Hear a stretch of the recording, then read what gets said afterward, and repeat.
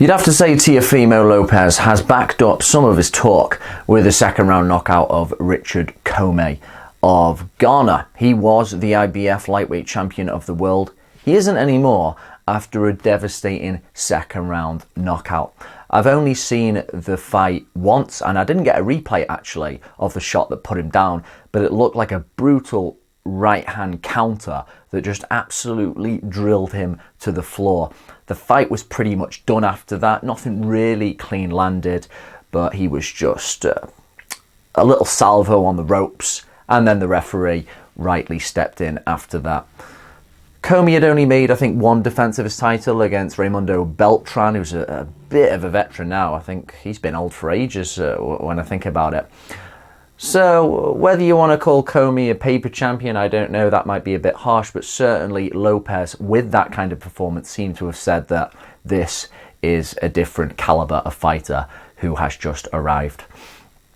As we know, he has already traded words, or the roll your eyes Twitter wars, is it, with Vasily Lomachenko, a guy who has, even though in terms of fights, Lomachenko, of course, hasn't had that many, in terms of his experience and just his intelligence in the ring, he has got to be seen as leaps and bounds beyond Teofimo Lopez. But what we did also see in that fight between Commey and Lopez is that these guys are fully fledged lightweights with the ability to go up in weight. Lopez is 5'8", he's pretty big boned, and the more opponents we see at 135, it just highlights the fact that Lomachenko isn't at his best at this weight. He just has to really use his skills. In Lomachenko's last fight against Luke Campbell, a world-class fighter at 135 who knows how to use his reach, he made things difficult for Lomachenko, even though, as I say that, it was still a dominant performance, but he was able at least to utilize his physical advantages in a way that made it more stop and start than we're used to seeing.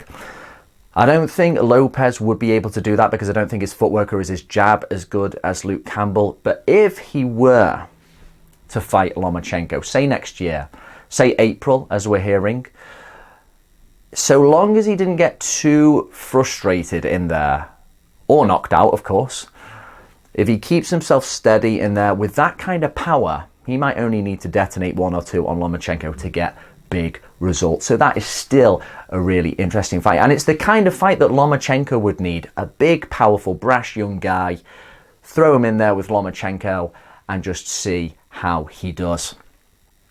Now, of course, this is supposed to be a video about Lopez, but looking at Lomachenko's career, he said he would like to fight Lopez and then Gervonta Davis, of course. Now, if Lopez was willing to fight Lomachenko next year, the fact he is only 22, inexperienced compared to someone like Lomachenko, I think it would put more pressure on Davis to actually put his hand up then and go, let's actually make the fight. And from Lopez's perspective, it's all win. Inexperienced comparatively. If he loses, only 22, he's a baby. He can definitely bounce back. And then there's also that outside chance, which might be bigger than we're thinking, which is if he gets in there with Vasily Lomachenko, he keeps his cool, he doesn't get absolutely hypnotized by that box of tricks, he steadies his feet, he anticipates a counter right and absolutely drills Lomachenko possibly, like he did Commey, he could be propelled into superstardom.